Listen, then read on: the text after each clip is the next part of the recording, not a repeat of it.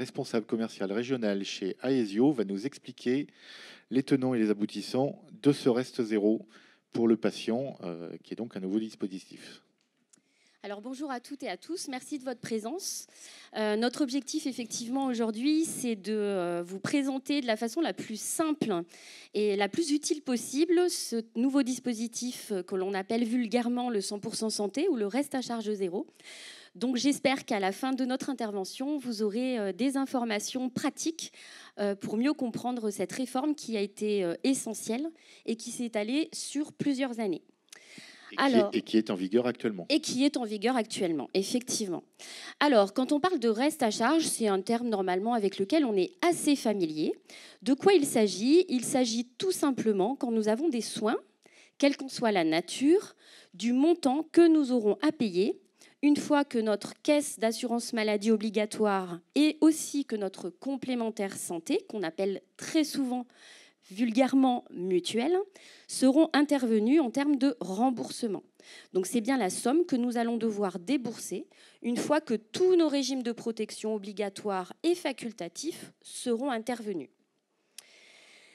L'idée du 100% santé, c'est de considérer que sur un certain nombre de dépenses, de postes de santé, de soins, le reste à charge en France était très important. Et de fait, on va le voir tout de suite après, un certain nombre de patients, malheureusement, renonçaient aux soins avec des conséquences énormes sur leur santé globale. Le 100% santé va particulièrement concerner les dépenses sur tout ce qui est optique, sur tout ce qui est dentaire et aussi sur l'audioprothèse. Alors bien entendu, ce sont trois grands postes de santé essentiels. Pour autant, nous allons voir ensemble que la totalité des soins dans ces différents postes n'est pas nécessairement concernée. Concrètement, l'idée, c'est quoi? Donc, c'est une réforme qui a été mise en place depuis 2019, qui, comme on le disait tout à l'heure, est en vigueur aujourd'hui, presque en totalité, et qui va encore s'étaler avec quelques ajustements jusqu'au 1er janvier 2022. Alors, si on rentre un petit peu plus dans le détail, on va quand même faire un petit retour en arrière pour s'intéresser à ce qui se passait avant cette réforme. Avant la réforme, globalement, les ménages en France qui avaient besoin de ces trois postes de soins avaient un reste à charge, comme on l'a vu tout à l'heure, qui était important. Alors, le important, ça dépend des budgets de chaque personne. En tout cas, sur les aides auditives, on n'était pas loin d'un reste à charge de 60% de la dépense. Sur tout ce qui était optique, on avait un reste à charge pour le particulier, le patient, de plus de 20%. Et sur les prothèses dentaires, on était à un quart de la dépense qui n'était pas du tout prise en charge par le régime d'assurance maladie et la complémentaire santé mutuelle. La partie qui restait à payer pour le patient. Exactement. Alors, il faut savoir que c'est quand même un des taux les plus bas en Europe, même si nous avons tous l'impression que depuis quelques années, notre système de santé se dégrade. Alors, vous avez eu avant une intervention sur la téléconsultation.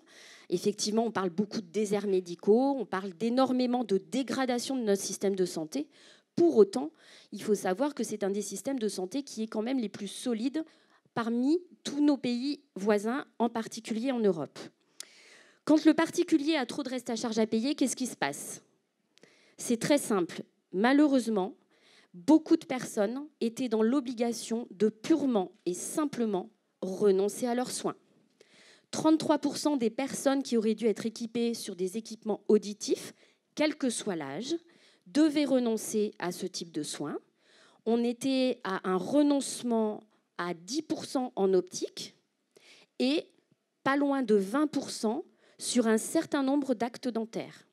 Quand on connaît les conséquences, par exemple, d'une mauvaise hygiène dentaire sur l'état général de la santé, on peut légitimement penser que ce renoncement aux soins avait des conséquences bien au-delà de l'esthétique dentaire, où il y avait des conséquences sur des maladies cardiaques et qui, du coup, peuvent entraîner des soins beaucoup plus lourds, des hospitalisations, avec bien entendu un impact financier, en tout cas, encore plus important. Alors, qui est concerné par le reste à charge zéro? Globalement, nous tous et nous toutes. La seule condition, au regard de votre contrat complémentaire santé, c'est que ce contrat respecte un certain nombre de contraintes. C'est ce qu'on appelle le contrat responsable. Alors c'est un grand mot, tout simplement pour signifier que ce contrat doit vous proposer un certain montant de prise en charge et doit forcément inclure dans les remboursements un certain type de poste de santé. Il y a des minimums et des maximums de remboursement, c'est très encadré, ce qui d'ailleurs a pour impact de beaucoup lisser les différents contrats complémentaires santé. Si ces dernières années, vous avez constaté que finalement, quand vous faites le tour des différentes mutuelles, assureurs et voire les banques, puisque ce sont de nouveaux acteurs sur le marché de la santé, eh bien souvent, vous allez vous retrouver face à des tableaux de garantie, des niveaux de remboursement qui se ressemblent étrangement. Alors bien sûr, chez tous les intervenants, on a des contrats plutôt d'entrée de gamme et des contrats plutôt haut de gamme pour les personnes qui soit ont du budget, soit ont vraiment des besoins importants en matière de couverture santé. Pour autant, il y a un certain nombre de postes qui vont être exactement les mêmes, avec les mêmes contraintes de remboursement imposées par cette réforme. Sur des contrats responsables... Par exemple, des sommes minimales pour les montures de lunettes, exactement, pour les soins dentaires. Pour les soins dentaires, voilà. Donc, on va préciser poste par poste tout à l'heure sur ces 3 postes, audiologie, optique et dentaire, quelles sont un petit peu les règles à appliquer pour être dans ce 100% santé. Ce qui est important, on va décrocher 30 secondes, on va sortir 30 secondes du 100% santé. Aujourd'hui, vous savez qu'il y a un certain nombre de dépenses pour lesquelles nous avons obligatoirement un reste à charge, quel que soit le niveau de contrat et la cotisation que l'on paye. C'est ce qu'on appelle les franchises médicales.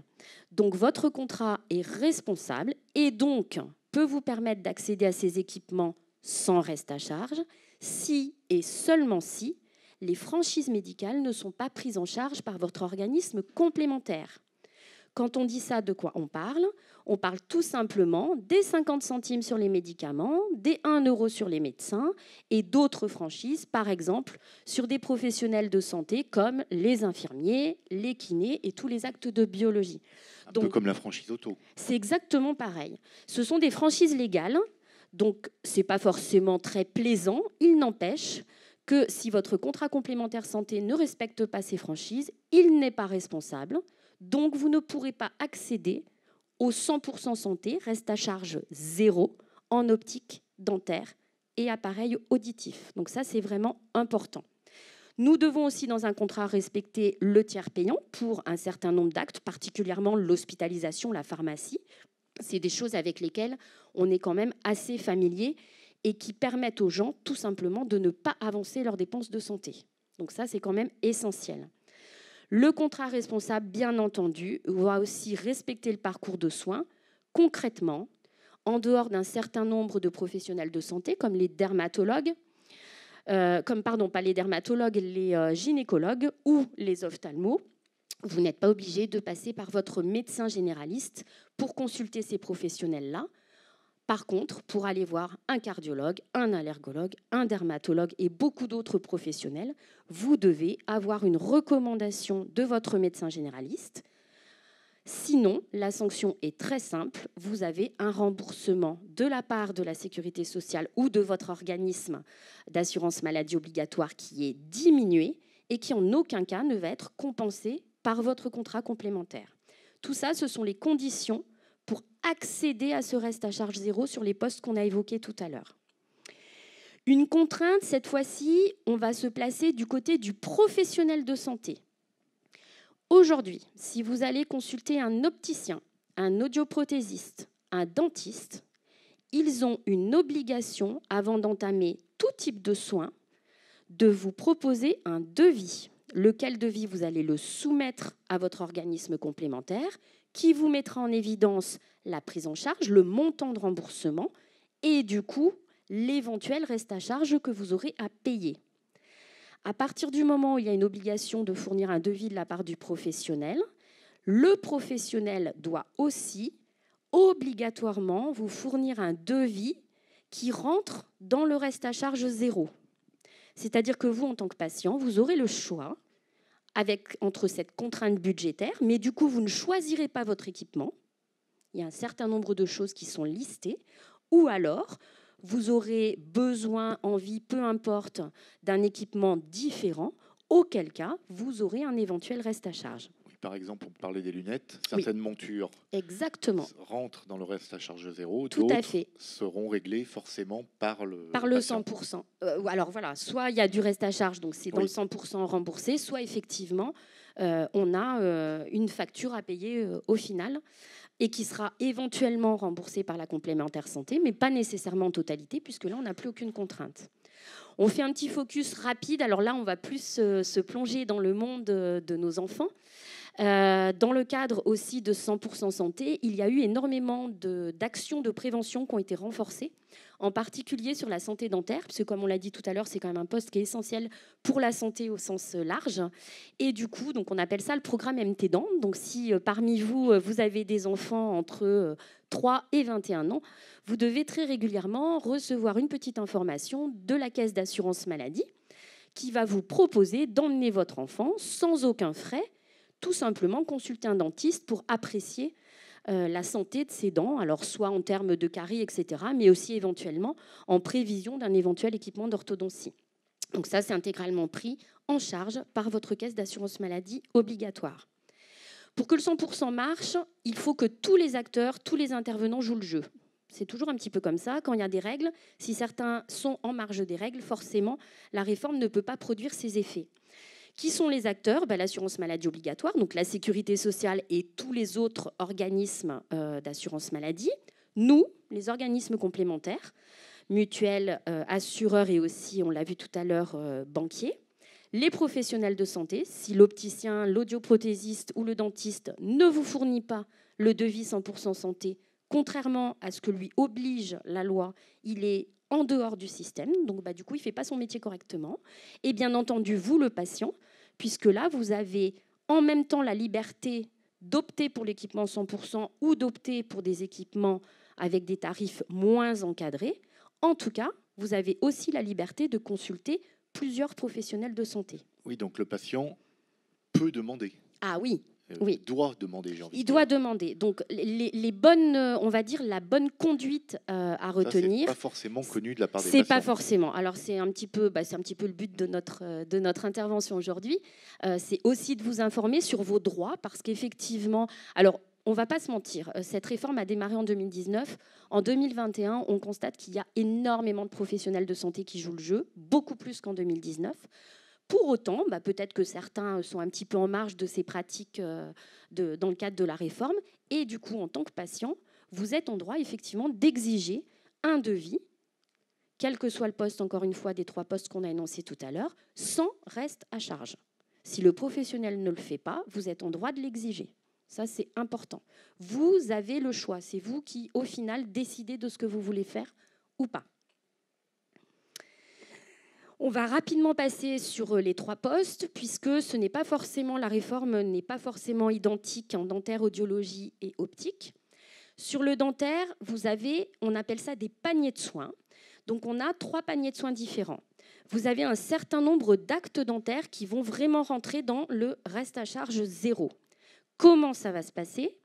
Ça va dépendre de la position de la dent et du matériau qui va être utilisé. Donc c'est très simple, votre dentiste est un professionnel, il connaît cette réforme et il sait quels sont les actes, par exemple pour une prothèse dentaire, une couronne, c'est les actes qu'on a le plus fréquemment. Il va tout à fait savoir, selon la dent qu'il a à soigner dans votre bouche et selon le matériau qu'il envisage d'utiliser, si vous aurez ou pas un reste à charge. Deuxième panier de soins possible sur le dentaire, c'est ce que l'on appelle le reste à charge maîtrisé ou modéré. Vous aurez éventuellement une partie à payer totalement ou pas remboursée par la complémentaire santé, mais qui restera limitée. Et après, on a un certain nombre d'actes qui vont rentrer dans le panier libre. Ce sont forcément des actes reconnus par les caisses d'assurance maladie obligatoire. Le dentiste n'a pas le droit d'effectuer et de facturer des actes non reconnus dans la nomenclature. Pour autant, ce peut potentiellement être des actes pas du tout pris en charge. On a tous en tête l'implant, qui n'est pas du tout pris en charge par les caisses d'assurance maladie, éventuellement par les complémentaires santé, en général sous forme de forfait. Et là, typiquement, c'est le type de dépenses sur lesquelles on a du reste à charge. En sachant que souvent, il y a des alternatives à un implant. Donc ça aussi, on peut exiger si financièrement, on ne souhaite pas avoir une dépense trop importante. Sur la partie audiologie, on va se retrouver avec 2 paniers de soins. Le panier, encore une fois, on reste à charge 0. Attention, reste à charge 0 ne veut pas dire mauvais équipement. Ce n'est pas parce qu'on choisit une prestation dans le cadre du panier de soins reste à charge 0 que pour autant vous serez mal soigné. Ça, je pense qu'aussi, c'est peut-être un tabou qu'il faut qu'on fasse tomber. Ce sont des actes, des soins de bonne qualité et du coup qui vous permettent d'être en bonne Toujours santé. pour l'optique, on se moquait souvent des lunettes sécurité sociale. Sécurité sociale, exactement. Donc c'est des revenu au goût du des jour. modèles pas très beaux. Pas très beaux, voilà. Mais là, voilà, en général, on va revenir dessus. Il y a quand même un bouquet, un choix qui est quand même assez important. Et puis, on verra que sur l'optique, principalement, il y a une petite astuce qui peut nous permettre d'avoir de jolies montures quand même. Sur la partie audiologie, la deuxième type d'équipement, on est sur un panier libre. Donc là, on aura des prix de vente qui seront totalement libres au regard de l'audioprothésiste et pour lesquels vous aurez un montant par contre maximum de remboursement. Le montant sur la partie audio va dépendre de l'âge. On va faire une différence pour malheureusement les personnes de moins de 20 ans qui ont besoin d'un équipement auditif pour des raisons de mauvaise audition et les personnes de plus de 20 ans, en sachant que la prise en charge est globalement plus importante pour des personnes de moins de 20 ans, parce qu'on va considérer que ça rentre dans un handicap par rapport à des personnes qui, on va dire, par le vieillissement naturel du corps humain, vont se retrouver avec un équipement à 70 ou 80 ans. Au regard de la Sécu, a priori, c'est 20 ans. Voilà. En même temps, maintenant, les jeunes, avec le niveau sonore dans les boîtes de nuit ou dans les écouteurs, à 20 ans, je pense que déjà, ça commence à diminuer un petit peu les facultés auditives. Donc voilà, on aura du coup le choix encore entre ces 2 équipements. Et sur la partie optique, donc on va y revenir plus dans le détail parce que je pense que c'est là-dessus qu'il y a un petit focus à faire. Toujours pareil, équipement verre, monture dans le cadre du reste à charge 0. Et après, tous les équipements et tous les verres, peut-être avec un certain nombre de traitements un petit peu plus haut de gamme, pour lesquels vous aurez éventuellement du reste à charge à payer.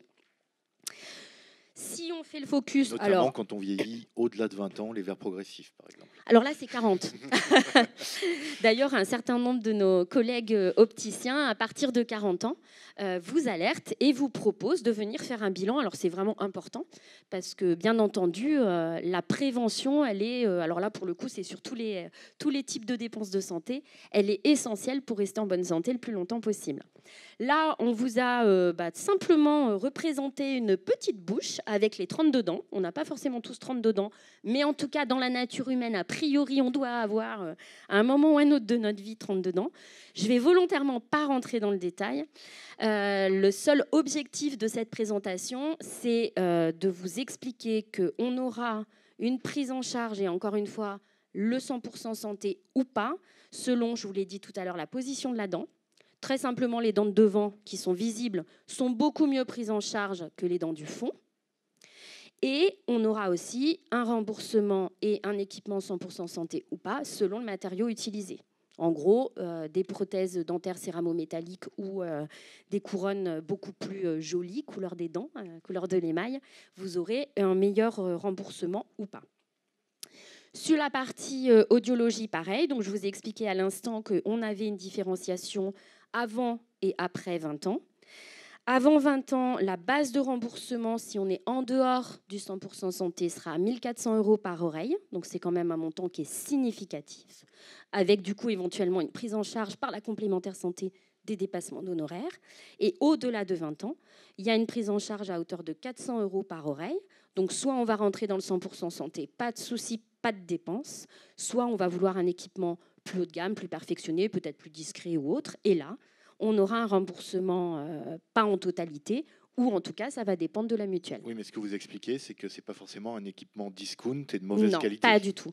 En fait, ce qu'il faut bien avoir en tête, c'est que la fonctionnalité, donc l'utilité de soins médicales, elle est rendue. Voilà. C'est-à-dire qu'on vous soigne avec un 100% santé, on est soigné. Comme vous le disiez tout à l'heure, on n'aura peut-être pas le choix d'acheter une monture de lunettes Hermès, mais pour autant, on aura une monture pour tenir les verres. Voilà. Petite subtilité, on disait tout à l'heure que cette réforme a été essentielle pour l'accès aux soins. Pour vous donner une indication, entre 2019 et 2021, il y a eu plus de presque 70% d'équipements audio supplémentaires. Ça veut dire que cette réforme, si on a un doute sur les effets positifs qu'elle a apportés, très clairement, sur l'audio, c'est très significatif. Beaucoup de gens, grâce à cette réforme, sont aujourd'hui équipés pour entendre et avoir une vie sociale, que ce soit dans un milieu pro ou un milieu privé, qui est tout à fait normal. On va terminer par la partie optique. Donc là, pareil, on vous explique un petit peu comment ça fonctionne. On vous a donné un exemple sur une myopie, bon voilà, on va dire une pathologie visuelle qui est très courante. Pour élargir un petit peu plus, dès lors, dans le cadre du reste à charge zéro, sur tout ce qui est équipement qu'on appelle unifocale. Donc en gros, on a une correction soit de loin, soit de près, mais pas les deux. Vous aurez droit à un équipement monture plus verre sans aucune dépense à votre charge à partir du moment où l'équipement sera entre 95 et 265 €. Sur ce qu'on appelle les verres progressifs, donc là on revient à nos plus de 40 ans. Donc là on a une correction éventuellement de loin, mais aussi on commence à avoir des difficultés à lire, donc de près. Là on aura des équipements entre 180 et 370 € sans aucune dépense à notre charge. Au sein de ces équipements qui sont monture et verre, il faut savoir que la valeur de la monture, elle est de 30 €. On parlait tout à l'heure quand même du choix. Donc effectivement, pour les adultes, on aura à peu près 35 montures qui vont rentrer dans le cadre de ce 100% santé. Votre opticien est obligé d'avoir un présentoir, enfin voilà, d'avoir un espace en tout cas pour vous proposer ce type d'équipement. Ce qui va être très intéressant, et c'est très utilisé sur la partie optique. Alors l'audio, on ne va pas appareiller l'oreille avec un type d'équipement et l'autre oreille d'un autre type d'équipement. Enfin, je ne suis pas convaincue que médicalement ce soit le plus pertinent. Par contre, sur la partie optique, vous pouvez très bien faire le choix de votre monture dans le tarif libre, parce que c'est important pour vous le côté esthétique, ou alors le côté confort, légèreté, peu importe. Et par contre, demandez un équipement au niveau des verres, donc qui est la partie médicale, qui va rentrer dans le 100% santé, donc sans reste à charge. Et là aussi, c'est valable pour les équipements en verres progressifs. Voilà. C'est vrai que les verres progressifs, c'est des budgets qui sont assez importants. En plus, parfois, selon l'activité qu'on a, on peut avoir des traitements anti-reflets, etc., etc. Il faut savoir que dans les verres qui rentrent dans ce 100% santé, vous avez un certain nombre d'équipements obligatoires. Par exemple, l'anti-rayure, l'anti-reflet, voilà. Et après, il y a éventuellement certaines options, certains équipements qui apportent peut-être encore plus de confort selon le métier qu'on exerce. Je pense par exemple aux gens qui passent leur journée sur un ordinateur. Peut-être que là, certains traitements ne rentreront pas dans des verres sans reste à charge, mais vous aurez quand même le choix de bien voir sans que ça vous coûte une somme importante. À partir du moment sur l'optique où nous ne serons pas dans le 100% santé, quel que soit le contrat mutuel que vous avez, qu'il soit plutôt entrée de gamme, plutôt haut de gamme, individuel ou collectif, dans tous les cas, l'organisme complémentaire ne pourra pas prendre plus de 100 € en charge sur la partie monture. En tout cas, dans le contrat responsable. Alors après, on a toujours des possibilités si on veut avoir un meilleur remboursement, soit à titre individuel, soit à titre collectif. Ça se trouve aussi dans certaines entreprises, d'avoir ce qu'on appelle une surcomplémentaire. C'est-à-dire que vous avez votre caisse de sécu, une première complémentaire qui va intervenir sur tous les postes de santé, l'hospitalisation, la médecine de ville, l'optique, le dentaire, l'audio, la biologie, tout ce que vous voulez, et une troisième couche en fait qui va éventuellement doper un certain nombre de postes. Et ces postes qu'on va doper, ça va être principalement pour améliorer les niveaux de prise en charge quand on est dans des paniers de soins de libre sur les 3 postes de santé qu'on a vus depuis tout à l'heure. Il nous reste très peu de temps, donc oui. Si on voulait conclure sur le 100% santé, est-ce que c'est quelque chose qui est, vous disiez, par exemple pour l'audition, que plus de patients avaient eu accès aux soins. Est-ce que c'est moteur dans l'accès aux soins ? Oui, c'est réellement moteur. Et si on doit retenir une chose de cette réforme, c'est qu'aujourd'hui, en optique, en audio et en dentaire, tout le monde peut se faire soigner. Voilà, je pense que c'est vraiment ce qu'il faut retenir. Le frein financier n'en est plus un. N'existe plus, absolument. Par contre, il faut juste avoir l'information et oser demander à son professionnel de santé éventuellement une proposition, un devis, un équipement qui rentre dans ce cadre. Comme vous disiez, tout le monde doit jouer le jeu. Tout le monde doit jouer le jeu, ouais. Et nous, on a le droit d'être exigeants parce qu'on est aussi des consommateurs et dans tous les cas, c'est notre portefeuille qui est mis en question. Voilà. Merci beaucoup. Avec plaisir.